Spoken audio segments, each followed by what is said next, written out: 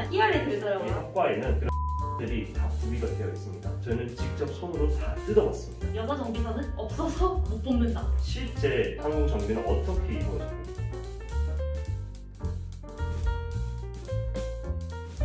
저는 신라대학교 항공정비학과에서 학회장 제4대 학회장을 맡고 있는 박준이라고 합니다. 저는 21학번 박도연입니다. 저는 21학년도 부학회장을 맡았고 이제 4학년이 되어가는 19학번 이수진입니다. 네, 안녕하세요. 김혜명입니다. 1학년부터 지금 3학년까지 다양한 학생들이 있는데 저희 학과의 장단점에 대해서 설명해 주시겠어요? 저희 학과는 여러분들이 만약 이제 항공정비사의 꿈을 가지고 계시다면은 저희 학과가 아주 완벽한 첫 발걸음의 지지대가 될 수 있다고 생각합니다. 왜냐하면 저희 학과는 국토교통부 전문교육기관에 지정된 학과로서 4년 동안 그리고 3년의 교육과정을 통해서 여러분들이 항공정비사 면허증, 즉 면장을 딸 수 있는 기회를 드리고 있습니다. 그리고 면장을 따기 위한 작업시설이나 교육시설을 다 갖추고 있어요. 여러분들이 항공정비사가 되고 싶다면 저희 학과가 완전 최적일 거라고 저는 생각을 합니다. 저는 약간 어떤 장비가 들어오는지 교수님께서 어떤 비행기를 이제 사오시는지 이게 너무 잘 보이다 보니까 아무래도 장비가 좀 최신식이고 교수님들도 좀 많이 구비를 하시려고 하는 것 자체가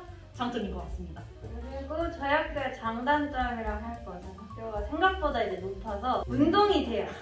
운동이 되는 게 엄청난 장단점인 것 같아요. 맞죠. 스쿨버스도 있고 이제 원하면 걸어가도 되고 걸어가면 운동이 되죠.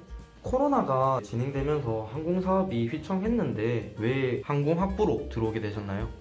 저는 일단 전문적인 기계를 다루는 직업이 갖고 싶어서 찾아보다가 해외여행을 좋아하고 세계여행과 가장 가까운 직업을 찾자 해서 항공정비사를 희망하게 됐는데요. 제가 코로나임에도 불구하고 항공정비학과에 온 이유는 아무리 코로나가 장기전으로 계속 되고 경제가 많이 돌아가지 않아도 항공산업은 주춤할 수는 있어도 절대 떨어질 수 없다는 확신이 있어서 왔습니다. 언젠가는 분명히 빠른 속도로 다시 성장할 거라는 생각에 오게 된 것 같아요.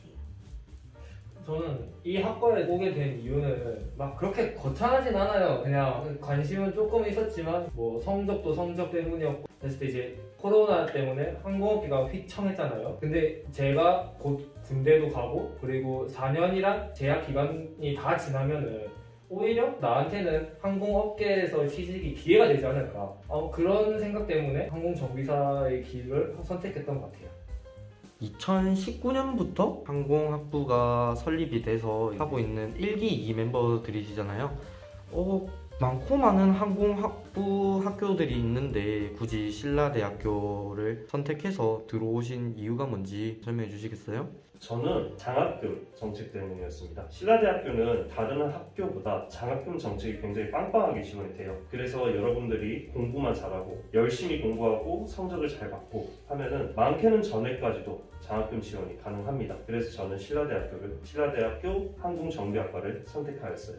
일단 저 같은 경우도 원래 항공정비사 자체 꿈꿔왔었고 굳이 신라대학교라고 한 이유는 좀 집이 가까워서인 면이 없지 않아 있습니다. 저는. 그리고 또 제가 1기인데도 들어온 이유가 아무래도 1기면 이제 학교에서 좀 더 지원을 많이 해주겠지 약간 이런 마음 때문에 들어온 것도 없지 않아 있습니다.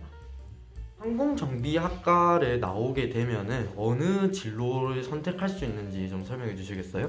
항공정비가 속해 있는 직업군에 대해 설명을 먼저 드리면은 항공사가 있겠죠. 대한항공, 아시아나항공, 그리고 항공기 정비만을 따로 담당하는 기업이 있습니다. 그걸 MRO 업체라고 하는데요. 그런 업체에도 여러분들이 취업을 하실 수 있으십니다. 그리고 추가적으로 국토교통 특채로 정비, 공무원, 군대가 있을 수 있겠어요. 공군에서 육군, 해군도 마찬가지로 헬리콥터 정비, 산림청이나 경찰청에도 헬기 정비사 대학원 진학도 고려를 해보실 수 있습니다. 각 학년들마다 배우는 점에 대해서 조금 설명해 주셨으면 좋겠습니다. 저희 1학년은요, 1학년 1학기 때는 대학 수학, 항공기, 우주학개론 뭐 이런 식으로 항공기의 기체 구조에 관한 걸 배우고요. 1학년 2학기로 넘어가면 이제 기초 실습이 따로 생겨서 납땜도 해보고 그런 식으로 배웠던 것 같아요.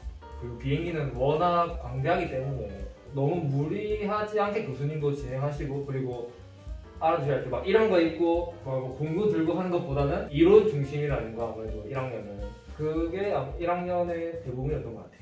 저희가 아무래도 국토교통부 전문교육기관 지정된 거다 보니까 그 짜여진 과목 커리큘럼이 어느 정도 있습니다. 그래서 그 커리큘럼을 따라서 저희가 과목별로 학습을 하고 해야 되고, 그리고 총 2,410시간이라는 시간을 이수를 해야 되기 때문에 저희가 시간을 이수를 하기 위해서 학기 중에도 공부를 하지만 방학 중에도 특강 형식으로 저희가 공부를 진행을 해야 돼요.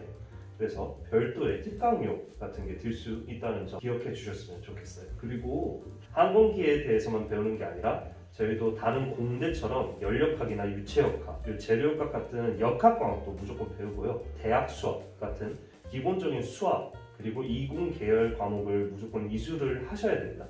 그 이수를 하신 뒤에 그 기초 지식을 통해서 항공기에 대해서 좀 더 깊이 있는 공부를 할 수 있다는 거, 그리고 그런 식으로 교육 과정이 이루어져 있다는 거 알고 가셨으면 좋겠습니다.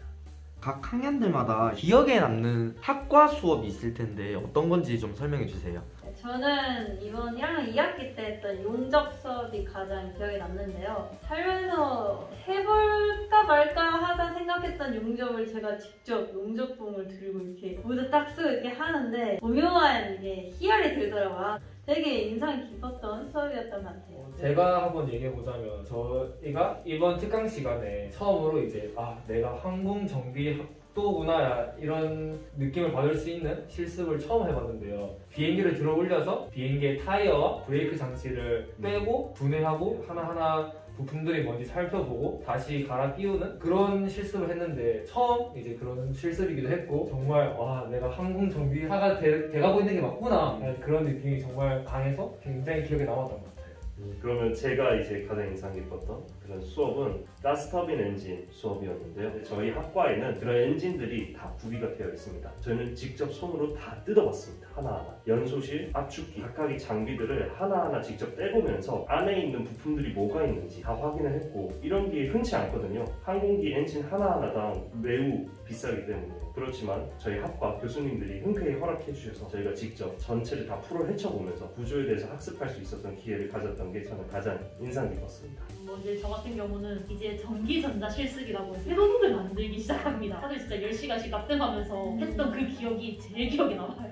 지금 정비과에서 여러 가지 프로그램들이 있는데 혹시 뭐 기억에 남는 프로그램들이 있으셨나요? 자격증 관련 그런 좀 프로그램들 많이 기억에 남는데 2학년 2학기가 끝나면 이제 산업기사 응시가 가능하니까 산업기사 특강 3학년 끝나고 나서도 3학년 하는 중에서도 저희는 연장 특강을 계속 진행을 했었거든요.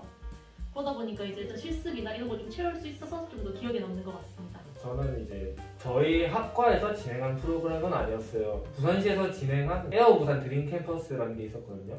에어부산 본사에 가서 실제 일하시는 분들 곁에서 체험 비슷한 걸 해보는 그런 경험이었는데 세상을 보는 시야가 넓어졌다 해야 되나? 혹시나 기회가 된다면 꼭 해보는 걸 정말 추천드립니다. 저는 학과 동아리이자 스터디에서 공부를 했던 게 기억에 남는데요. 되게 항공 관련 공식 같은 거 그냥 때려 외워야지 했던 것들을 이제 하나부터 차근차근히 왜 이렇게 질문하면서 이해를 해가는 게 굉장히 재밌고 기억이 더 오래 남더라고요. 그래서 그게 기억에 남았습니다.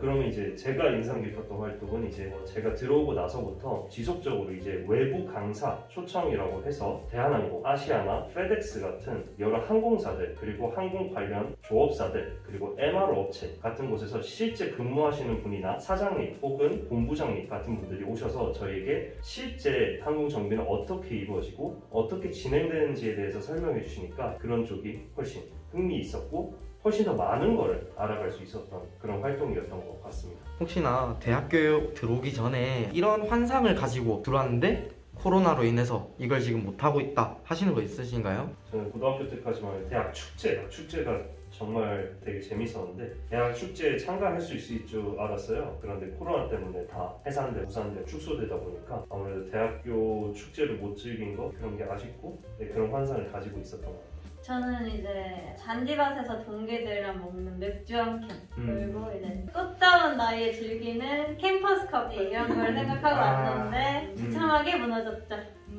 저는 약간 항공대끼리 뭔가 교류가 좀 많을 줄 알았는데 실상으로 와서 보니까 이제 꽉끼리 노는 게 너무 심해서 맞아. 그게 좀 많이 아쉽죠. 저는 이제 아무래도 서비스 학과랑 교류가 정말 없다는 거, 그런 환상이 와장창 무너진 게 좀 많이 컸죠. 이제 여학생의 장단점에 대해서 좀 설명해 주세요. 장점은요, 일단 보통 체구가 작은 편이잖아요, 남성분들에 비해서. 항공기 정비 같은 경우는 되게 수그려서 이게 작게 이렇게 해가지고 공간이 작고 그런 게 있는데, 아무래도 체구가 작은 편이니 더 유리하고 쉽게 정비를 할 수 있죠. 저희가 진짜 실제로도 있었는데 한번 볼트를 떨어뜨렸는데 그걸 저희가 못 찍고 있었어요. 저희 여자애 한 명이 이게 손이 쏙 들어가더라고요. 약간 그런 쪽에서는 진짜 장점이 될 수 있을 것 같고. 제가 느꼈던 단점은요, 유학생들이 적다 보니까 뭘 하든지 주목을 받는다는 거. 뭔가 잘해도 주목을 받고 못해도 주목을 받고 약간 이런 게 좀 있다. 저 같은 경우는 남자애들이나 이런 힘에서 조금 차이가 나다 보니까 약간 그런 쪽에서는 조금 힘들더라고요. 힘을 많이 쓰는 직종 자체에서는 그런 게 약간 단점 아닌 단점은 좀 있을 것 같습니다. 그리고 지금 약간 이런 거 단점만 보시고 항공정비사는 여자가 될 수 없을 것이다 이렇게 생각하시는 분들이 있는데, 실제로 저는 이제 취업 특강이나 이런 데 현직자 인터뷰를 나가게 되면 늘 정비사분들께서 여자 정비사는 없어서 못 뽑는다. 이제 자기 능력만 되시면 이제 뽑힐 수 있으니까 여자분들도 꼭 한번 다 지원하셨으면 좋겠습니다. 항공정비학부에 어떠한 교수님들이 있는지 설명해 주시겠어요? 먼저 학과장 대신 김명준 교수님, 매우 젊으신 교수님이고요. 김영인 교수님, 전자전기를 담당하시는 이영환 교수님, 전체적인 기체 구조나 아니면 실습 위주로 담당하시는 이형진 교수님, 지승희 교수님, 김광현 교수님. 캐드 이런 도면을 가르쳐주신 김성수 교수님이 계십니다. 지금까지 모두 감사드립니다.